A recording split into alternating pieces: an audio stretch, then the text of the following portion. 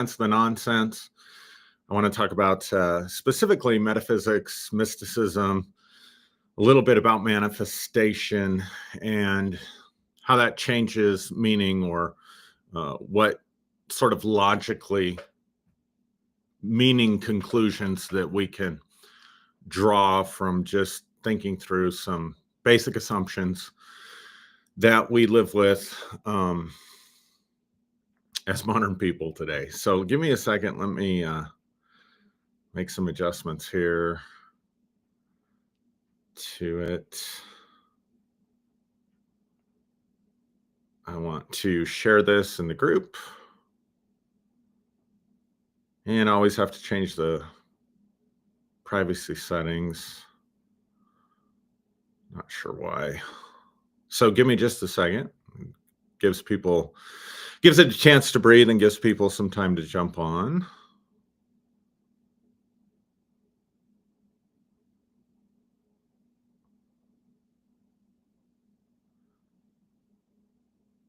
All right, so this one's going to kind of flow in with some of the other videos that I've done on Sunday mornings, where I've just been talking about, I don't know how I got in this vein. I don't know how I went from, if you've been following every week, I don't know how I went from talking about the left-hand path to talking about this. Marietta says, good morning. Good morning, Marietta. Again, some of the comments I can see from YouTube, sometimes I can see comments from Facebook. And then I'll go back into my Facebook page after I'm done and see that there was a bunch of comments that I missed. So if I miss your comment, I'm trying to get better at responding to comments in real time.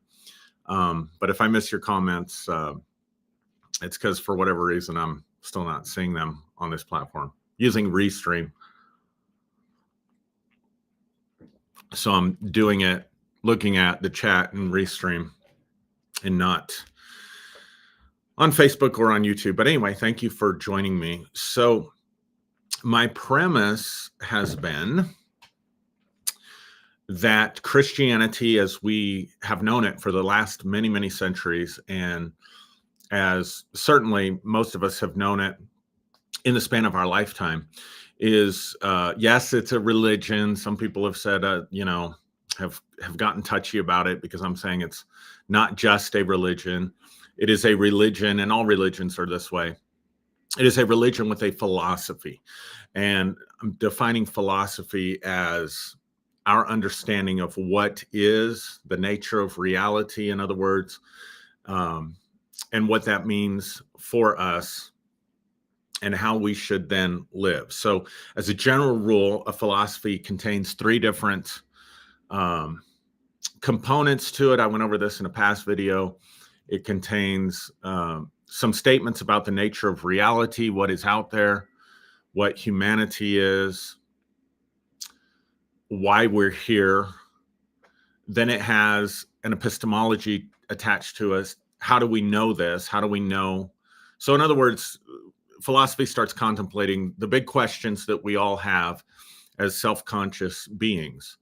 What is out there? What is the nature of what's out there? Why is it out there? What does that mean for us? Who are we? Who is humanity? Why are we here? What does that mean to us? Contemplating those big questions.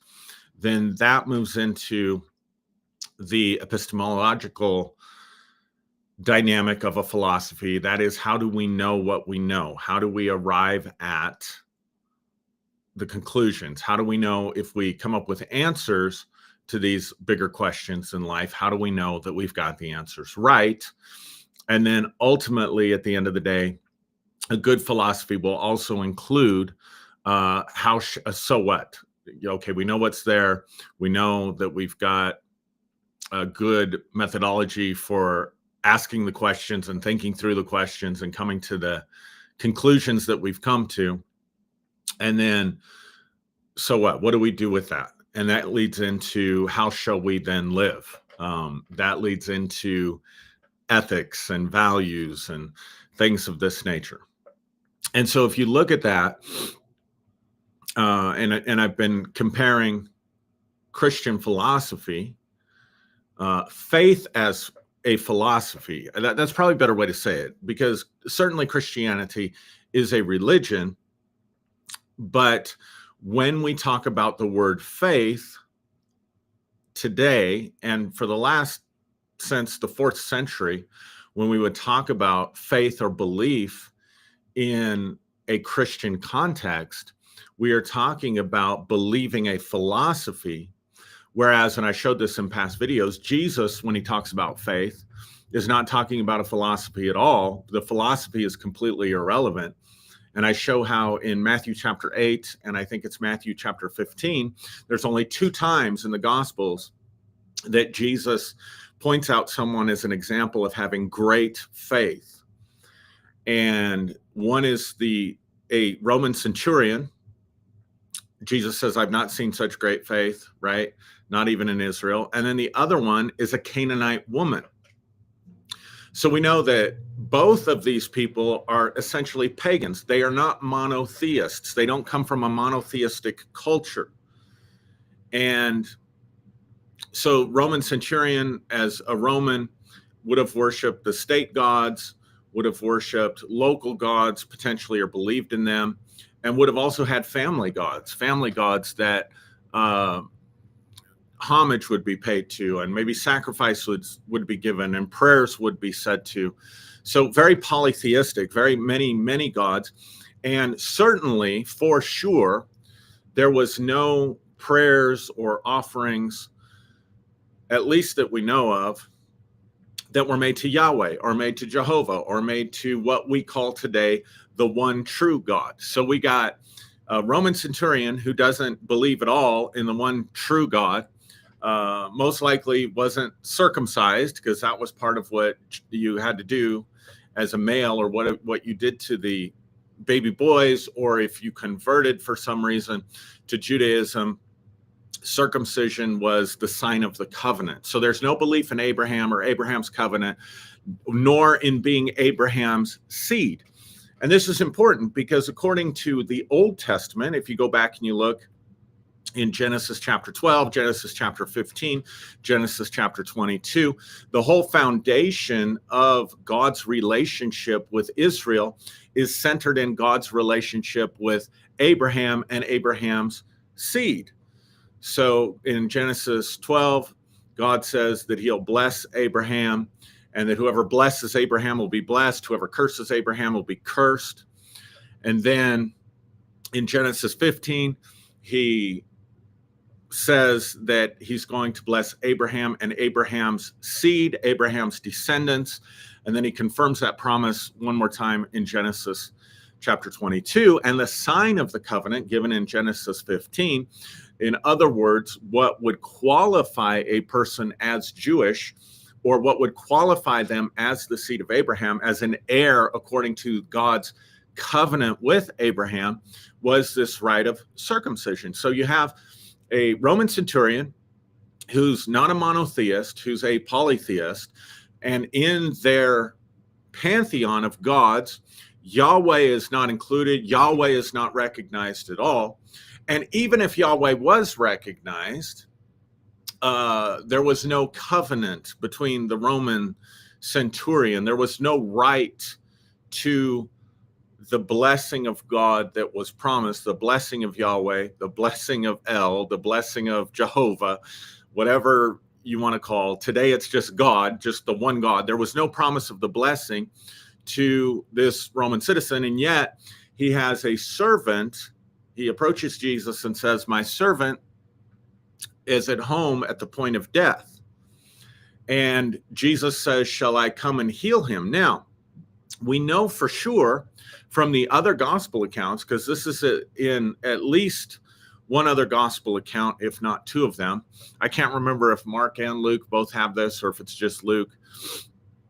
But the centurion says to Jesus, we read it in Matthew, but if you read it in the other gospel accounts, the centurion says to Jesus, I'm not worthy that you should come under my roof, but say the word only, and my servant will be healed. For I am a man also under authority. I say to one, come, and he comes. I say to this one, go, and he goes. I say to this one, do this, and he does it. And so Jesus marvels and says, he says, your servant will be well. And then Jesus turns to the disciples and he says, I've not found such great faith, not even in Israel. So he's not talking about this man's philosophy. He's not talking about this man's beliefs in what is out there, what the nature of reality is, what the nature of humanity even is, because he doesn't subscribe to anything that we would recognize as belonging to Judeo-Christian beliefs or Abrahamic religions today. Not at all. So then the second instance, and these are the only two times that Jesus says someone has great faith. The second instance is the Canaanite woman, and it's kind of a relatively well-known story because this woman comes to Jesus and says, my daughter is demon-possessed, and my daughter is suffering at home, and have mercy on me and my daughter and heal her. And Jesus says, basically, what dealings do I have to do with you? And he ignores her. And she says, she beseeches him again, pleads with him again. And he says, it's not fit to take the children's bread and give it to dogs. He's not just being rude here. I mean, it is rude, I'm sure. But he's not just being rude. He's operating from a philosophical principle, which incidentally, if we go back to the Roman centurion, go with me back to the Roman centurion for a minute.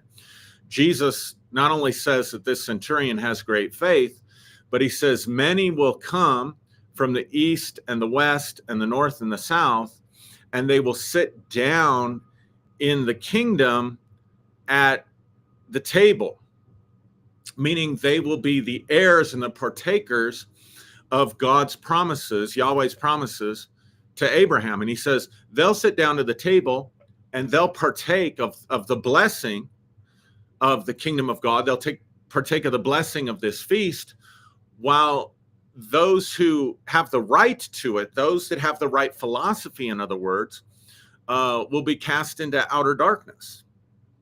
It's probably just even worth, because I want to make sure I'm getting this right. Let me just look at this in Matthew's account here. I think it's in Matthew 8.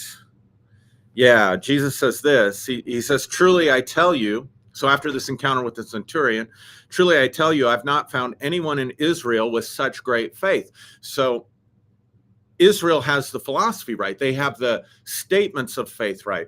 They have the beliefs about God and everything right. But Jesus says that's not the faith that counts. That's not the faith that matters. That's not the faith that he's looking for. And he says, I've not found such great faith, not even in Israel. For I say to you, many will come from the east and the west and will take their place at the feast with Abraham, Isaac, and Jacob in the kingdom of heaven. But the subjects of the kingdom will be thrown outside into the darkness, where there will be weeping and gnashing of teeth. Then Jesus said to the centurion, go, let it be done just as you believed it would. And his servant was healed at that very moment. So when Jesus is, my point is this, when Jesus is talking about faith and he's talking about great faith, he's not talking about what we have been talking about as faith or as belief when we talk about Christianity, the religion that supposedly he founded. We talk about statements of faith. It's one of the things, in order to get your nonprofit status from the government as a church, you have to submit to the government a statement of faith to show that you are a religious organization. That has nothing to do with change in circumstances. It has nothing to do with someone being healed. It has nothing to do with miracles. It has nothing to do with anything that would be anomalous or supernatural or out of the ordinary. No, it has to do with a philosophy. It has to do with what you believe about what's out there and how you know what's out there and what does it mean. But Jesus is not looking at that kind of faith. And he's saying that kind of faith, a philosophical faith and philosophical beliefs, will not qualify a person to partake of the feast of Abraham, because the blessing was supposed to come through Abraham and Abraham's seed. So here's someone who's not Abraham's seed and doesn't have the same doctrinal faith and doesn't have the same beliefs. And Jesus says, I've not found such great faith, not even in all of Israel. And then in Matthew 15, you find, let's just turn there since we got the book open. Matthew 15, you find the Canaanite woman. If I can get there. My pages are stuck together.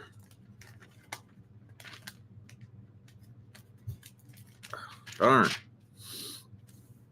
Yeah, so Jesus, in verse 21 of Matthew 15, it says, leaving that place, Jesus withdrew to the region of Tyre and Sidon. A Canaanite woman from that vicinity came to him, crying out, Lord, Son of David, have mercy on me. My daughter is demon-possessed and suffering terribly. And Jesus did not answer a word. So his disciples came to him and urged him, send her away, for she keeps crying out after us. And he answered and says, I was sent only to the lost sheep of Israel. And the woman came and knelt before him. Lord, help me, she said. And he replied, it's not right to take the children's bread and toss it to the dogs. So again, he's talking about this feast, right? This feast with Abraham, Isaac, and Jacob at the kingdom of heaven. You're not fit to sit at the table. You don't have the right to sit at the table because you don't have the right philosophical beliefs. You don't worship the right God. So it's not right to take the children's bread and toss it to dogs. And she says, yes, it is, Lord. Even the dogs eat the crumbs that fall from their master's tables. And then Jesus said to him, woman, you have great faith. Your request is granted. And her daughter was healed at that moment. The point I'm making, and I don't think this is by accident, is that in the gospel accounts that are in our Bibles, when Jesus talks about great faith, the only two people that he shows, or that the teachings, and this is true in the other gospels as well, not just Matthew, the only ones that are told, or that we are shown as examples by the authors of the gospels of someone having great faith, has nothing to do with articles of faith. It has nothing to do with creeds or beliefs or a belief system. It has to do with a faith, a trust that produces a verifiable, observable, measurable, and tangible result in this physical world. If you were to go forward again in Matthew, there's a story in Matthew 17. In case you didn't get the point, it says, when they came to the crowd, a man approached Jesus and knelt before him. Lord, have mercy on my son. He has seizures and is suffering greatly. He often falls into the fire and into the water. I brought him to your disciples, but they could not heal him. And Jesus says this, you unbelieving and perverse generation. How long shall I stay with you? How long shall I put up with you? Bring the boy here to me. Now, wait a minute. He calls him an unbelieving and perverse generation, yet they have the doctrines right. They have circumcision. They have belief in Yahweh. They keep the feasts. They are meticulous about the Sabbaths and about the laws and about the dietary laws and following the customs and the traditions of Moses, right? So they have all of the philosophy right. They have the right understanding of what's out there. They follow the scriptures. So they have their epistemology right, that the way that they know what they know, and they're living it, right? So they have the values. So the philosophy is intact, but they can't get results. They can't get tangible, verifiable, quantifiable results in their lives. And so Jesus calls them unbelieving and perverse, not because they don't have the right philosophy, the right creeds and doctrines, but because they don't have the kind of faith, the kind of trust that's manifesting, that's producing manifestations for them in their lives, that's improving their lives, that's bringing about healing and change and transformation, that again is very verifiable, very observable, very tangible, very measurable. So then the disciples come to Jesus. Jesus heals the boy. The disciples come to Jesus in verse 19. Why couldn't we cast him out? And Jesus said, because you have so little faith. I tell you, if you have faith as a mustard seed, you can say to this mountain, move from here to there, and it will move, and nothing will be impossible for you. So my point is that what the scriptures themselves tell us that Jesus is teaching about faith, I'm not even addressing whether or not there's truth to this or not. I'm just simply trying to point out that what the scriptures themselves are teaching about faith is a faith and a trust that produces results and change and manifestations of power and miracles and healings, not making sure that you adhere to the same belief system or belief codes as the person that you go to church with, or if in the case of Catholic or Orthodox churches, the creeds and the beliefs and the traditions that have been sustained for centuries. So faith for Jesus, faith as it's talked about in the Gospels, means something very, very different than what it means to us today. That's the point that I'm trying to make. The same thing is true in the writings of Paul. I'll show you in 1 Corinthians chapter 2. In verse 1, he says, and so it was with me, brothers and sisters, when I came to you, I did not come with eloquence of human wisdom, as I proclaimed to you the testimony about God. For I resolved to know nothing while I was with you except Jesus Christ and him crucified. I came to you in weakness with great fear and trembling. Watch this. My message and my preaching were not with wise and persuasive words, but with a demonstration of the Spirit's power. In other words, I didn't come to you with Sophia, is the word for wise there. And that's where we get the word philosophy. Philosophy is the love of Sophia, the love of wisdom. So he says, I didn't come with rhetoric. I didn't come with great arguments. This is what the philosophers did.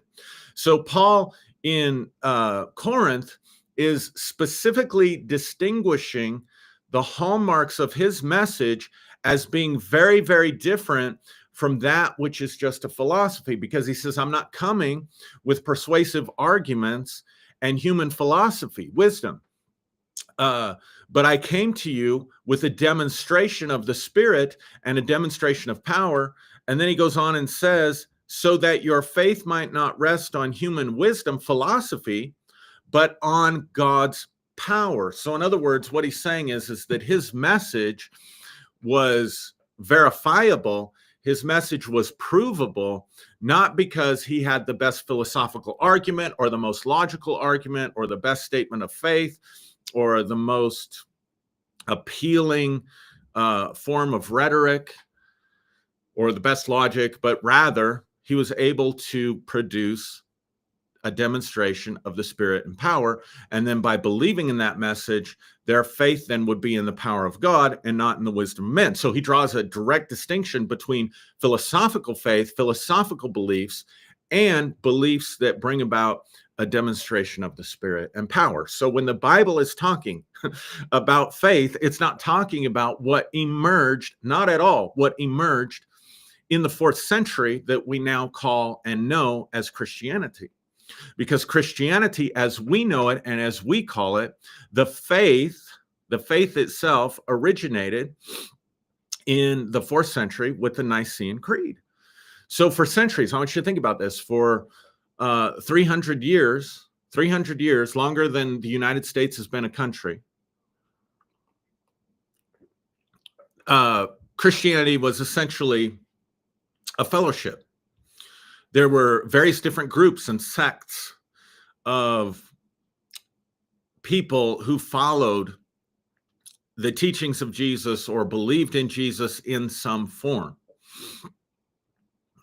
We mostly today talk about the Orthodox versus the Gnostics, but the Gnostics weren't the only group that had differing beliefs. The primary difference between how the Gnostics understood Jesus and how what became Orthodoxy or the other groups understood Jesus, the primary difference was that one section of groups who didn't all believe the same things, but they had one common belief, and that was that Jesus was uniquely the Son of God in his nature. He was the only begotten Son of God. So this is the tradition of John. And then you had Gnostics who believed that Jesus was in no way unique, but that he was the pattern for all of us. That when he says, I and my Father are one, it's to demonstrate not himself as having some unique ontological relationship with the Father, or to have some unique nature that you and I don't have, or that the Gnostic followers didn't have, but rather to bring gnosis, which gnosis would be a Greek term that we would understand. We might use enlightenment today in spiritual circles. The realization that you are also divine, that anything that I'm doing, there's no difference. And the Gnostics taught that we should look within to find this rather than looking without. So we should be looking within ourselves, searching our own consciousness, our own mind, our own hearts, and our own experience. The word gnosis means to know by experience. So the Gnostics are saying that that was the message Jesus came to bring. Look within and you'll find the divine spark. Look within and you'll find out who you are. Look within and you'll find the truth. Don't look without. So don't look to creeds, don't look to bishops. And Jesus is saying, don't even look to me, right? That's the Gnostic belief. So then the Gnostics didn't all believe the same thing either. People will say, well, I'm not a Gnostic because of XYZ, as though the Gnostic faith was monolithic, and it wasn't monolithic. It was diverse. There were many diverse beliefs that as you might imagine, because there's no rule of faith, there's no cardinal doctrines that they have to adhere to. They're doing it by their own experience and their own subjective revelation. So of course they're going to have different beliefs. And over here in the group that would become the Orthodox group, or the group we might even call the Johannine followers, that believed that Jesus was uniquely the Son of God in some way, that differentiated him from every other human being, the only begotten Son of God. So then you had arguments in that group about what that meant. Did that mean that Jesus was begotten as a God? Some people believed that Jesus was a divine human, but that he was not pre-existent, or that he was not God in God's self, or whatever. So you have this Council of Nicaea where the church bishops come together under the authorization of the Roman Emperor Constantine in order to hammer this out, in order to unify a Roman Empire that was breaking apart and falling apart. Whitley Strieber, in his book on Jesus, does a really good job of explaining how natural disasters and natural events occurred in that time period in the fall, led to part of the reason that the Roman Empire fell into decline is because of natural disasters that were occurring. So their polytheism, all of their gods, all of their offerings, all of their service to the gods was being proven to the common people to be completely falsified, because with all the offerings and all the appeasement and all the propitiation and everything they were doing to their gods, it wasn't making a difference. These natural disasters were coming in and knocking them out. Famine, disease. There was a long period of darkness due to volcanic eruptions that also occurred at some point during the fall of the Roman Empire that we know historically and geologically, as far as I understand it. And if you're interested in that, Whitley Strieber has a book called Jesus, and he goes into all of that in his book. So the Rome is in crisis, and it's primed, if you will, for monotheism and really Christianity. And that's a whole discussion in and of itself. And I've talked about and mentioned briefly how monotheism can be a problem for us. It leads to the nonsense, leads to trying to make sense of the nonsense. Two assumptions: that there is one true God who has revealed himself to humanity in a certain specific way, in the case of Christianity, through the person of Jesus. So the Council of Nicaea comes together and says, this is the orthodox faith. The word orthodox simply means right belief. So these are the right beliefs. The right beliefs are, and it's a philosophical statement of faith. It has to do with the nature of reality. We believe in one God, the Father, maker of all things visible and invisible. So there's a metaphysic to it. We believe that there's a visible physical dimension, and we believe that there's an invisible dimension. It's about the nature of reality. And then we believe in Jesus Christ, his only Son, our Lord, who, being of the same essence and the same substance of God, is God of very God and light of very light. Essentially, Jesus is God. His only begotten Son is God. There's a political convenience to this doctrine. And then, of course, they go on and talk about that Jesus, that God manifested in the flesh, being born of the Virgin Mary, suffered under Pontius Pilate, was crucified, dead, and buried for our sins, for us as sinners. He came and did these things. He rose from the dead on the third day. He sits at the right hand of the Father, and he'll come again to judge the living and the dead. We believe in the Holy Spirit, the author and giver of life, who with the Father and the Son together should be worshiped and glorified. These are all statements of reality, statements about who God is, what's in the invisible world. How did the invisible world get here? The Father was the maker of all things. But it's not just the Father, it's the Father, Son, and Holy Spirit forming a Trinity, a Trinitarian one God. And this is who God is. This is the right faith. This is the right teaching. This is to have the right beliefs. So it becomes a philosophical faith. It becomes a philosophy. No longer does it have anything to do with mysticism or manifestation like it did in the Gospels itself. So the point that's important to know here is that the foundation of our Bibles, your Bible, the foundation of the Christian faith, does not reflect in any way, shape, or form the teachings that are actually in the Bible itself. In other words, you're not going to find a doctrinal statement anywhere in the four Gospels. You're not going to have Jesus anywhere sit down with a group of people and say, explain the Trinity to them or explain his nature to them. Instead, you find stories of miracles. You find some ethical teachings, do unto others. And I went in a previous video and showed how Jesus didn't say anything that hadn't already been said by Greek philosophers or by in the Jewish scriptures. Love God, love your neighbor, love yourself is a quote from the Old Testament or the Tanakh. So really, he didn't bring any kind of new morality, but that's all it's there is ethics and miracles and healings. And then, of course, his passion, which we're in the season of Lent right now. So that's in the Bible. There are articles of faith and articles of philosophy in the writings that are attributed to the Apostle Paul, what we call the Pauline teachings. But again, there's no straightforward philosophical statements about the nature of reality, the nature of God, etc., and so forth. At least not anything that's akin to the Apostles' Creed. So here's what's interesting, or the Nicene Creed, and then the Apostles' Creed is a shortened version of the Nicene Creed. And these creeds, these beliefs, these creeds form the foundation, really the soil out of which all Christianity from that point forward would grow out from, so that it would be philosophical rather than magical and ethical.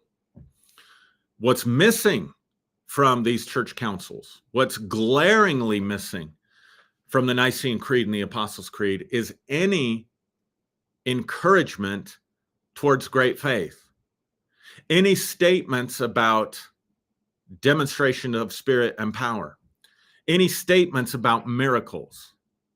What's also glaringly absent from the creeds and the councils of the church are ethical teachings. There's nothing in the Nicene Creed, nothing in the Apostles' Creed about loving your neighbor, nothing in there about nonviolence, turning the other cheek, pacifism, turning the other cheek when you're slapped, nothing in there about loving your enemies. No ethical statements in there whatsoever. But this is the right teaching. So there's extreme derivation between faith as it's talked about in the Bible that we have, and faith as it became to be understood in the 4th century. Became a philosophy rather than an expectant faith, a manifesting faith. It became a philosophical faith, and that became the issue and the difference. So this is the foundation of it. Now, the reason I'm pointing this out is that because most people, especially most evangelicals, most Pentecostals, think that our faith came from the Bible. The Bible came first, and then from the Bible, or the bishops, the church councils arrived at what truth is. So they will argue that even though there is not an explicit statement of faith, everything in the Apostles' Creed was already taught, or everything in the Nicene Creed was already taught in the earlier manuscripts that we have, which are the gospel accounts or the writings of Paul. They'll say it's implicitly mentioned there, and then sort of give the impression that these bishops, Athanasius and others that were involved in Nicaea specifically, or these later church councils, that they were drawing this from the eyewitness testimony that they claimed that Matthew, Mark, Luke, and John was, that they were looking at the eyewitness testimonies or all the various different gospels. It's also commonly believed that that's when the Bible was formed at the Council of Nicaea. That's not true. I can't find that anywhere in any information about the Council of Nicaea. The Bible comes even later, decades later. And here's the point. Even though the earlier Gospels, the Gospels that we have in our Bible, Matthew, Mark, Luke, and John, come from or predate, come from the 1st and 2nd century. So they predate the Nicene Creed in the 4th century. That's not how they arrived at the Nicene, the statements in the Nicene Creed. And the Bible comes decades later to support the Nicene Creed. So the foundation, the epistemology, how do we know what we know, came from the creeds and the councils. It came from the bishops. It came from the authority of the church. And to this day, Catholics will say, and they'll use the scriptures, they'll use a place in Timothy where it says that the church is the foundation and pillar of truth. So how we know the truth is through what they call apostolic succession, that we have an unbroken line of tradition that goes back to the Apostle Peter. They don't appeal to the Bible. The Bible is part of the tradition. The Bible is not the foundation of the tradition. So I used an analogy of a house and said that in a house, if you were to look at the Christian faith as a house from the Catholic and Orthodox perspective, the house is the tradition, and the faith, the house is the church, and the Bible is simply a room in the house. It's not the foundation of it. It's not even the whole house. It's a room in the house. It's part of the tradition. So much later. So in other words, what they're using as the metron, what they're using as the measuring stick of right belief is not the Bible.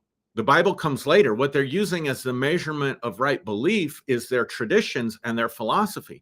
And they edit out all of these other books that would seemingly contradict or falsify their philosophy, which is why the Gospel of Thomas didn't make it, and why the Gospel of Mary Magdalene didn't make it, and why some of these other writings were edited and left out of the Bible. Why specifically Matthew, Mark, Luke, and John were chosen was because in the views of the people who put the Bible together, it confirmed the Nicene Creed. It did not support it. It was not the foundation. It was not even a pillar in the house. It wasn't the source of the tradition. The tradition was the source of the Bible. And Catholic apologists and Orthodox apologists will still make that argument today, and they are absolutely historically correct. So faith goes from meaning something about manifestation and mysticism and change, miracles, power, to a philosophical faith, a doctrinal faith, a right believing. And this became a matter of life and death, because later, if you were a heretic, if you didn't follow the believing and the authority and the traditions of the church, you were considered an enemy of the church, and you could be put to death. You could be tortured. You could stand before the Inquisition, right? We see this with when science begins to emerge much, much later, centuries later. You have people like Bruno, I think, that was burned at the stake, who was a philosophical thinker and one of the fathers of modern science. I'm going to get to science in a second, because people want to deny that science is philosophy, and that's not historically accurate. That's not intellectually honest. Science itself is not a philosophy. The scientific method itself is not a philosophy. And I'm not saying that there's anything wrong with science, nor am I being anti-science. However, the scientific tradition and the scientific method is based upon philosophical assumptions and presuppositions. So it grew out of and was a branch of a philosophical tree.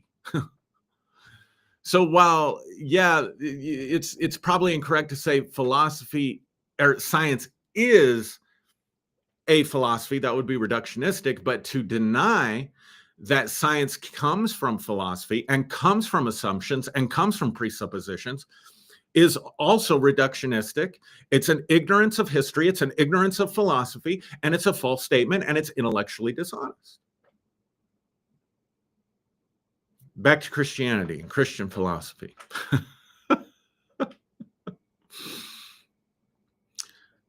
So yeah, Newton, Galileo, right?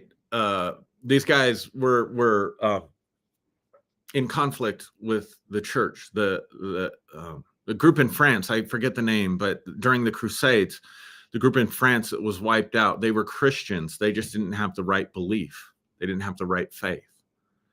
So then you fast forward to the Protestant Reformation, and they have to break away from the church. So we have to have a new epistemology. We have a new philosophy of salvation that came from Martin Luther's reading of the Apostle Paul. When the Apostle Paul is talking about justification by faith, he is not talking about what Martin Luther is talking about when he's talking about justification by faith, even though he references Paul as his authority. There's a whole branch of study right now that's been around for more than 50 years that's called the New Perspective on Paul, that explains this, that looks at Paul in the context of Second Temple Judaism rather than in the context of the Middle Ages. So Paul gets blamed for saying a lot of things that Paul didn't actually say. It was more Martin Luther's spin, and then our English interpretation, our English translation spin on what Paul said. All right. So the point is, then they begin to say, no, the Bible alone is how we know. That is a philosophical statement of epistemology. So what you and I inherited historically, what we came into, what we were born into, what we joined. Yeah, Joyce says the Cathars. Thank you.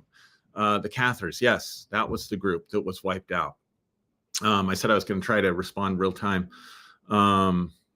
The Artsy Muse says, I really love this conversation. This was a huge part of my personal journey of deconstruction and allowing myself to keep out or to step out of that box. Yeah, that's the point I'm trying to make. Thank you for that statement. That's the point that I'm trying to make, that we all deconstructed from a philosophy, that we were boxed in by a philosophy that was given to us in the 4th century, that we as evangelicals or Pentecostals took our philosophy from the Bible. But here's the problem. So you understand, when they gave us the Bible, when the church traditions gave us the Bible, people didn't have the Bible. They couldn't read them. The reason that Martin Luther and the Reformers were so successful was not because of their brilliant breakthroughs in theology. It wasn't because they had a better philosophy. It was because of the invention of the printing press. And now Bibles could become more readily available. And as people became more literate, then the common average person could read the Bible. And here's the problem. Because the Bible was just meant to be information that supported the tradition of the church, the philosophy of the early church fathers. The church fathers themselves were the authorities. not the Bible. And the problem is the Bible is different. And one of the distinctions that I'm bringing out that I really have never heard anyone else bring out is that in the Gospels, when Jesus is talking about faith and he's talking about great faith, he's talking about manifestation. When Paul's talking about philosophy and faith, he's saying, let your faith be in the power of God, in the demonstrations of the Spirit and with power, and not in philosophy, not in wisdom, not in Sophia, not in the philosophies of men. And yet we all just came into a philosophy for the most part. And we came up with all kinds of other reasons why were there miracles? Why did the disciples do this? Why did Peter's shadow heal people? And we don't see anything even remotely close to that today. Well, partly because we've been brainwashed for centuries, brainwashed out of manifestation or brainwashed out of the belief that faith can have any kind of effect or change in our lives. In reality, we've been brainwashed out of the mystical truths. Gnosticism was completely eradicated. This idea that you and I have a divine spark, this idea that you and I are connected with God, that Jesus was the example, not the exception, that he was the ideal, not the idol that we were supposed to turn and worship. So the Gnostics, in that sense, had it right. They understood Jesus was the example. They understood that he was the ideal, that's how they looked to him, but that they could only discover it from within.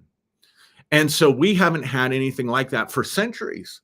That's part of mainstream thought. That's part of the consensus hypnosis or the consensus trance. So we stepped into a consensus hypnosis and a consensus trance that was induced by creeds and philosophies and popularity and the culture that was around us. If our parents were Christians and our parents read the Bible, if we went to Sunday school, we were in a culture where we were literally hypnotized to believe, hypnotized by a philosophy, literally so, by the power of suggestion to believe that these things were true. And we were walking in a consensus trance based on the philosophy of the 4th century under the label of a Christian religion, under the label of, if we were Protestant then, a philosophy that was not radically changed, but was adapted in terms of its source of knowledge in the Protestant Reformation. There were minor changes, not really major changes. In Lutheran and Presbyterian, the Mennonites and the Anabaptists were the most radical. So we deconstructed from a philosophy, from a metaphysic. And the reason I could say with such confidence that it was a form of hypnosis, that was a form of collective trance, is because those of us that woke up, those of us that broke the trance, those of us that deconstructed from the philosophy, we look at it now and we're like, what the heck? How can people believe this? How can people follow this? Well, we once believed it. We once followed it because we were under the spell. We were under the gospel, the God spell, right? So then you have, during the Renaissance period, going back again centuries, you have the scientific tradition that arises. And the scientific tradition was a form of philosophy, is a form of philosophy, because by definition, philosophy is trying to tell us what's there, trying to tell us the nature of reality, trying to tell us who we are. That's the whole point of physics and biology and psychology and neuroscience, right?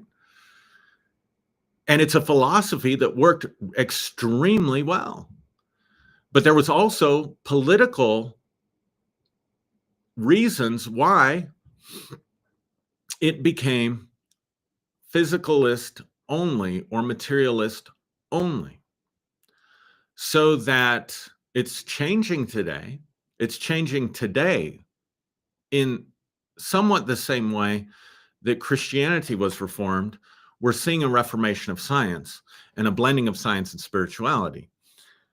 In the same way that the printing press made the Bible more available to people so people could say, hey, wait a minute, the Bible doesn't accurately necessarily reflect the church tradition, and the church tradition, the important parts of it, the creedal statements, isn't found explicitly in the Bible. And as more people had access to it because of a breakthrough in invention, a breakthrough in modern technology. So today we have the internet. Today, you don't have to go to Harvard Divinity School to have access to the latest um, uh, thought theologically. You can watch it on YouTube. You don't have to go to Stanford and to understand the nuances of science or the ramifications of quantum physics. You can watch podcasts about it. You can watch videos about it. So with the uh, uh, invention of the printing press, you had the Reformation in Christianity. With the invention of the internet, I think we're seeing a reformation in science, where the presuppositions, just like they questioned the assumptions of the church and the teachings of the church, now the assumptions of science and the teachings of science are starting to crumble and fall apart. And there's no place where this is more evident than in the hard problem of consciousness, which is one of the reasons that I talk about it. Why? Why am I so adamant against this? Listen, I love science. I love the breakthroughs. I love the technology. I'm not anti-science in any way. I think science is reductionistic, and it frustrates me that lay people, this isn't true of real scientists, this isn't true of real scholars, this isn't true of the professors that I've talked to of astrophysics and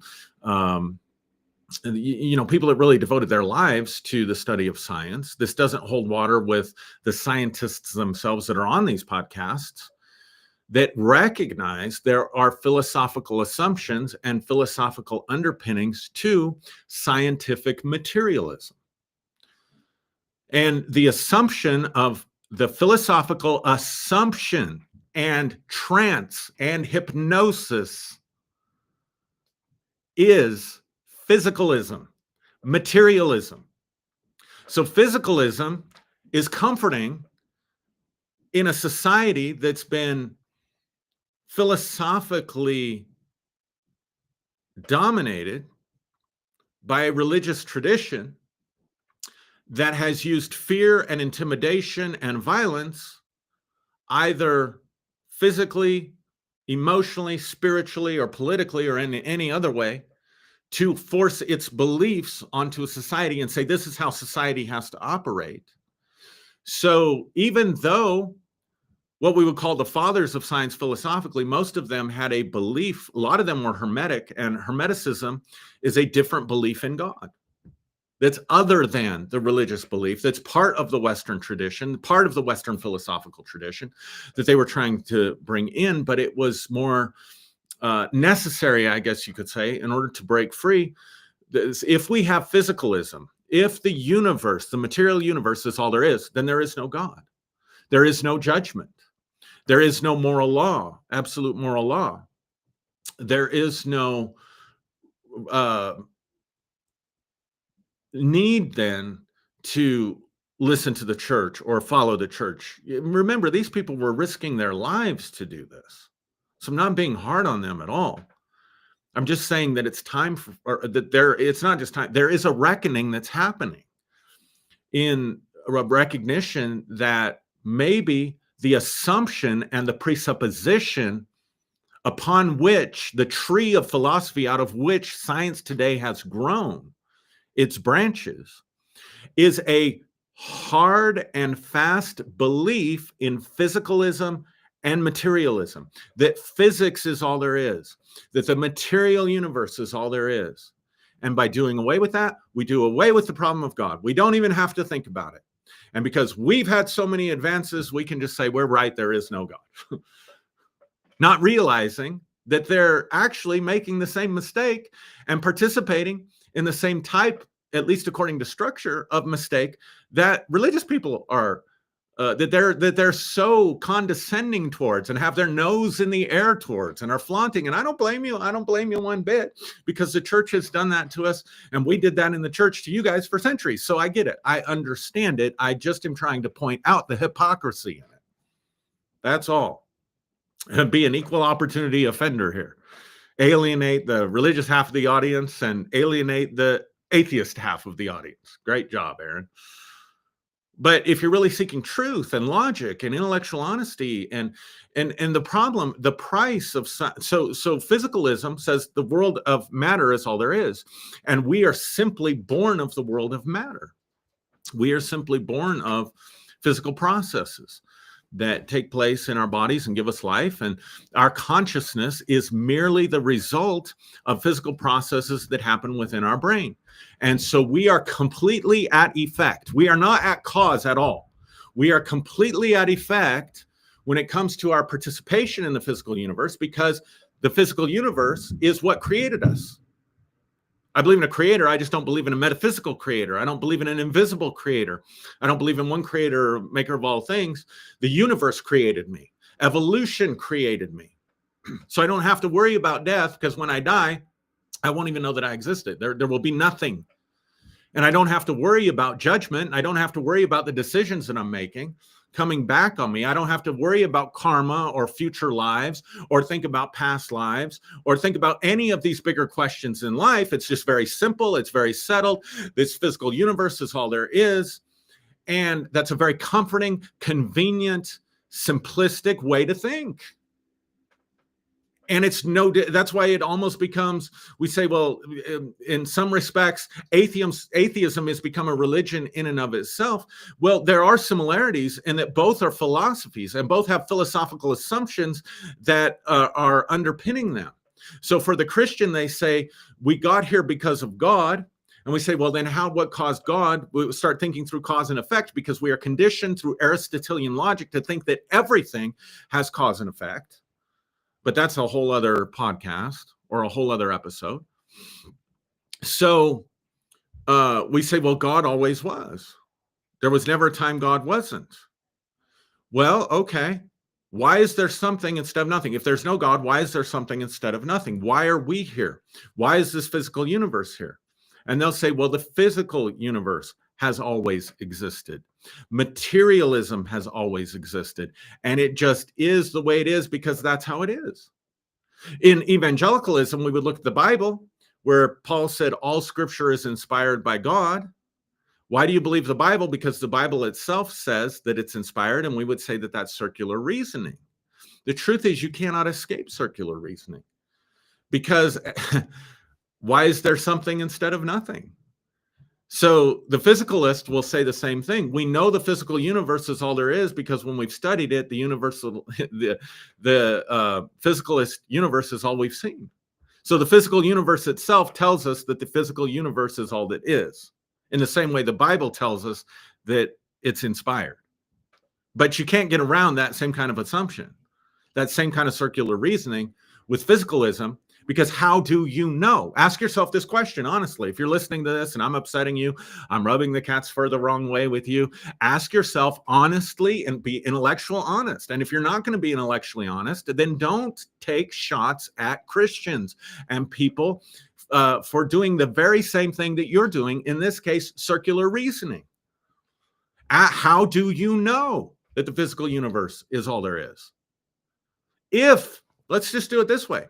If the physical universe, the seen universe, the observable, measurable, mathematical universe is the totality of reality, and it is all that there is, then the only way you can know that is from the universe itself, because there is nothing else. So your source of materialism has to come somewhere. Your belief in materialism, your belief in physicalism has to come somewhere from the materialism itself. It has to come somewhere from the physicalism itself. So it's every bit as circular as reasoning that says, I believe the Bible because the Bible says I'm taking it from the Bible itself. It's the same thing. You can't logically, I can say this definitively, logically, you cannot come up with another answer, because if the physical universe is all there is, then the only way you can know the physical universe is all it is because the physical universe itself told you that. So there's some comfort with it. It eliminates the fear of death, eliminates the fear of God, eliminates the fear of all this stuff, eliminates the struggle to know who's right, because the problem that we have with our metaphysics today, with spirituality today, The reason people will say I'm spiritual but not religious is because the philosophy of religion is it is a revealed religion rather than a natural religion, and it is a monotheistic religion rather than a polytheistic religion. So I'm going to leave. So I don't have to have this quest for meaning. I'm going to come back to that in a second. So it eliminates that struggle. It eliminates that battle, and it gives me a sense of peace. Materialism does. Physicalism does. Atheism does. It provides all of that for me, but at the cost of meaning. It is one of the most dehumanizing belief systems that I've run across in 50 years. And I love you guys. Some of you, I love you. You're my good friends. But I cannot get around anytime I try to put on that philosophy or think in that way, I lose meaning. Because we're just machines. It's just physical. And it's just material. And this is all it is. And this is all I'll ever know. And this is my one shot.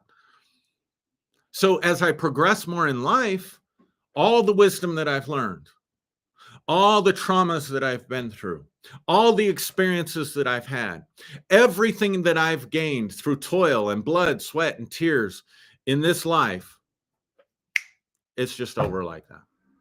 It's absolutely meaningless. There's no direction. We're just a random assembly of molecules that turned into cells, that turned into biological processes and organized themselves by reducing entropy. And our love that we feel is a biological process. It's just a function of the machine. And so therefore, there really isn't any free will, not any will of significance, because why would free will have any significance? Because everything has to be deterministic. Everything's determined by the biological processes, and we're all the same. So everything that I did is completely meaningless. The universe itself is completely meaningless. The most meaning we can get out of physicalism is the reduction of entropy.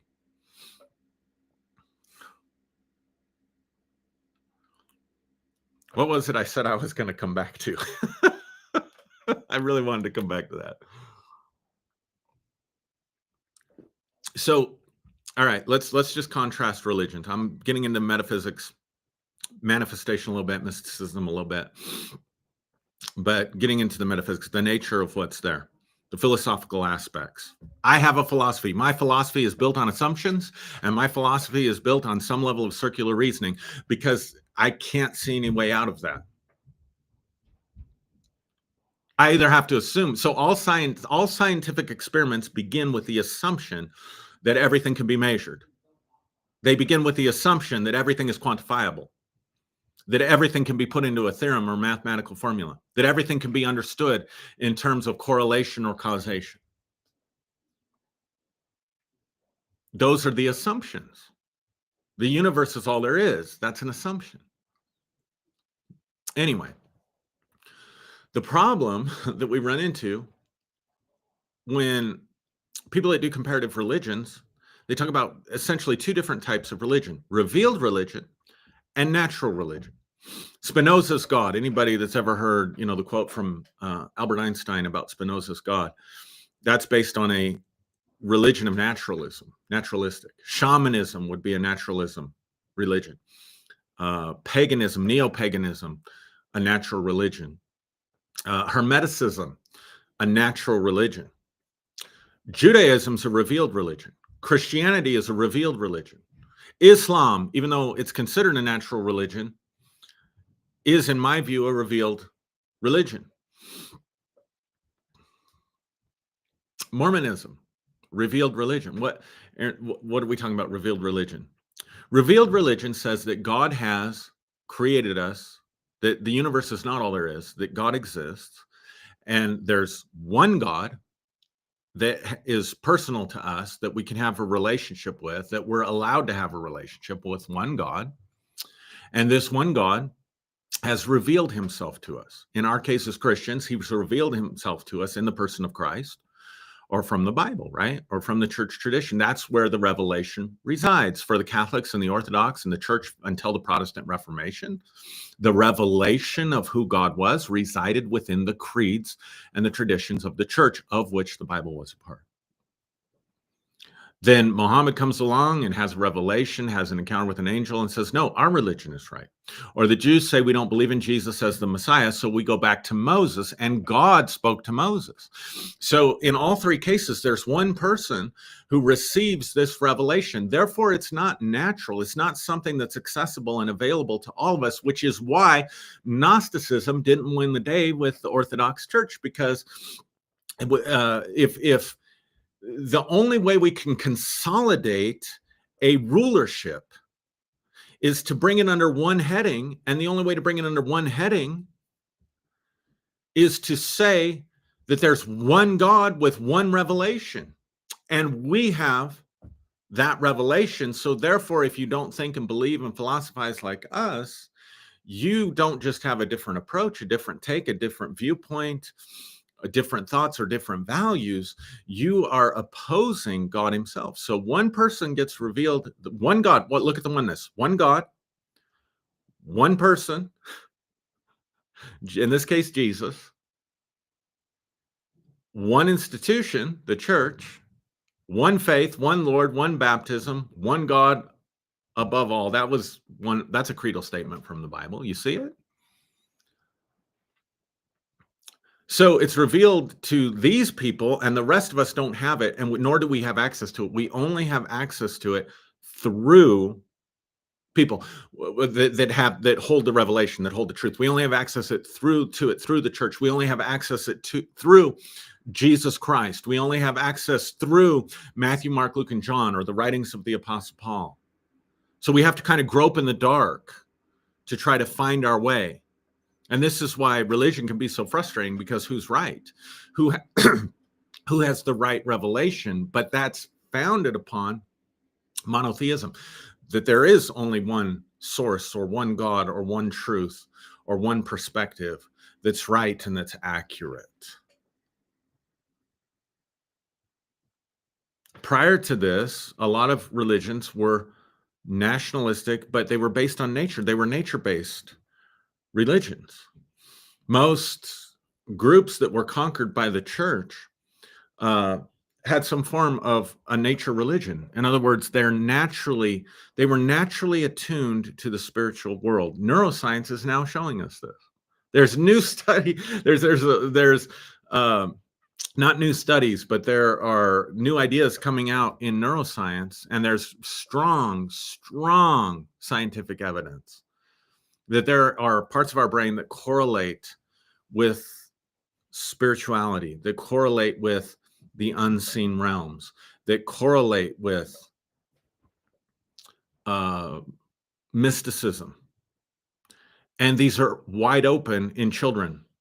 So children have a natural propensity towards those realms. They dwell in both realms. We say, oh, you're making it up. That's just your imagination. That was just a dream. That didn't really happen. Oh, how cute. And they become hypnotized into the consensus trance of physicalism, naturalism, and materialism. And they lose their connection. And then neuroscience tells us it opens up again when you come of age, right after puberty, which is why people join cults in colleges, or they're more susceptible to cults in colleges. It's not just that they haven't had experience or wisdom. There's some pretty smart college students, some pretty wise ones too. I talk to them every day in my job. But they're susceptible to being taken in by cults because that part of the brain activates again and opens up for them again. And if they don't use it, you sort of lose it. You don't lose the capacity, but you don't take advantage. It's like biology takes advantage of the natural process of puberty to mature your body, right? To mature your sexuality and all that stuff. There's parts of the brain that surge, I guess you could say, in your late teens and early 20s. A lot of people converted. I converted to Christianity in my late teens and early 20s. Why didn't I do it at 14 or 15? Why didn't I do it at 30? Why is it harder to convert adults and easier? The Jesus people movement, young people movement, right? Because science is showing us now you have a propensity for spiritual awakening. And then there's another time in your life when you reach midlife at some point where it activates again. And so that's why a lot of people go through what we understand to be a midlife crisis. A midlife crisis is an existential crisis that is a result of a spiritual awakening that's hardwired into you. In other words, what I'm saying is that it's possible that if we're not indoctrinated and induced in a philosophy of religion, or we're not indoctrinated or induced into a philosophy of materialism, that there is nothing but the physical universe, we have a natural propensity to live in both worlds, the seen and the unseen, the visible and the invisible. This has been true of cultures that we now label shamanic, that even exist today. So in other words, if you're not given the consensus trance of scientific materialism, we know for a fact, yeah, you may not have cars and you may not have cell phones, but you're going to be in touch with the rhythms of nature. We know for sure that people just a few centuries ago were able to navigate by Venus because they could see Venus during the day. Let that one sink in. We've lost that perceptual ability because of the way we believe. Indoctrination into secularism, indoctrination into humanism, indoctrination into materialism. But if we're left to our own, we know, because this was the majority of the existence of humanity, had these shamanic traditions, this understanding of the world that's completely different than our understanding of the world, that it wasn't just materialistic. Does that make sense?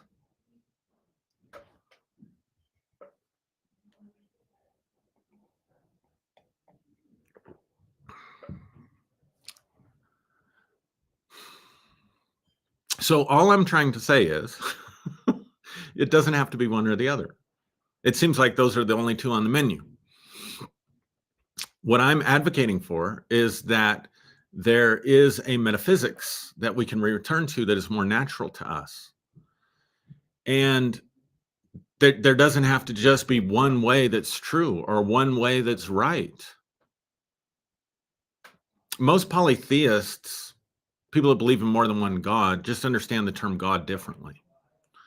They understand that there are different principles and energies of consciousness, invisible principles that are standing behind the physical interactions that we see. So maybe there's a god of storms, or there's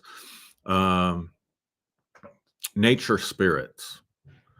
So that if my spirit animal, my totem is a deer, what I'm saying is that the oversoul of the deer, the hive mind of the deer, is relating to me in some way and empowering me in some way.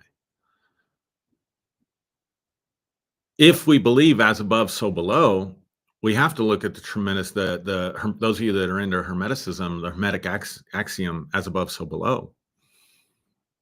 A lot of diversity out there, as within, so without, as without, so within. There's a lot of diversity out there. There's a lot of differences. There's diversity in the plant kingdom, the mineral kingdom, the insect kingdom, the reptilian kingdom, the mammal kingdom, the animal kingdom. There's diversity of flowers. There's diversity in the ocean. There's diversity among humanity. I see that Helen Gross says white nationals is white supremacy. Yeah.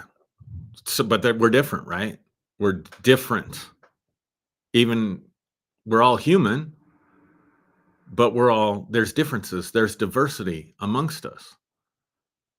But when it comes to metaphysics, it's got to be one thing. It's either got to be all physicalism, or it's got to be all one God, one way, one truth, one baptism, one Lord, one God and Father of us all, right?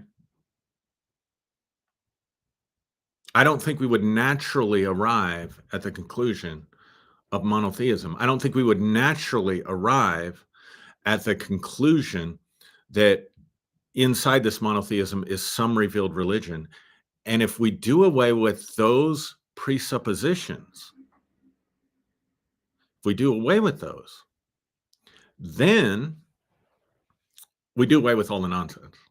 We can make sense of the nonsense. We can come back to now, finally, last thing.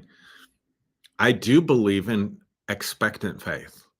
I do believe that our thoughts, our beliefs, our feelings, our trust, our interaction with unseen powers can effect dynamic and powerful change that is only effected through faith, that is only affected through belief, that is only affected, it is only caused by something in consciousness.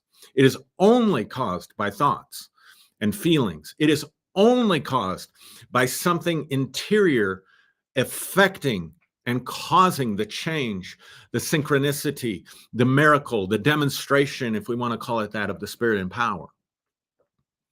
That it can effect that we can effect that through faith.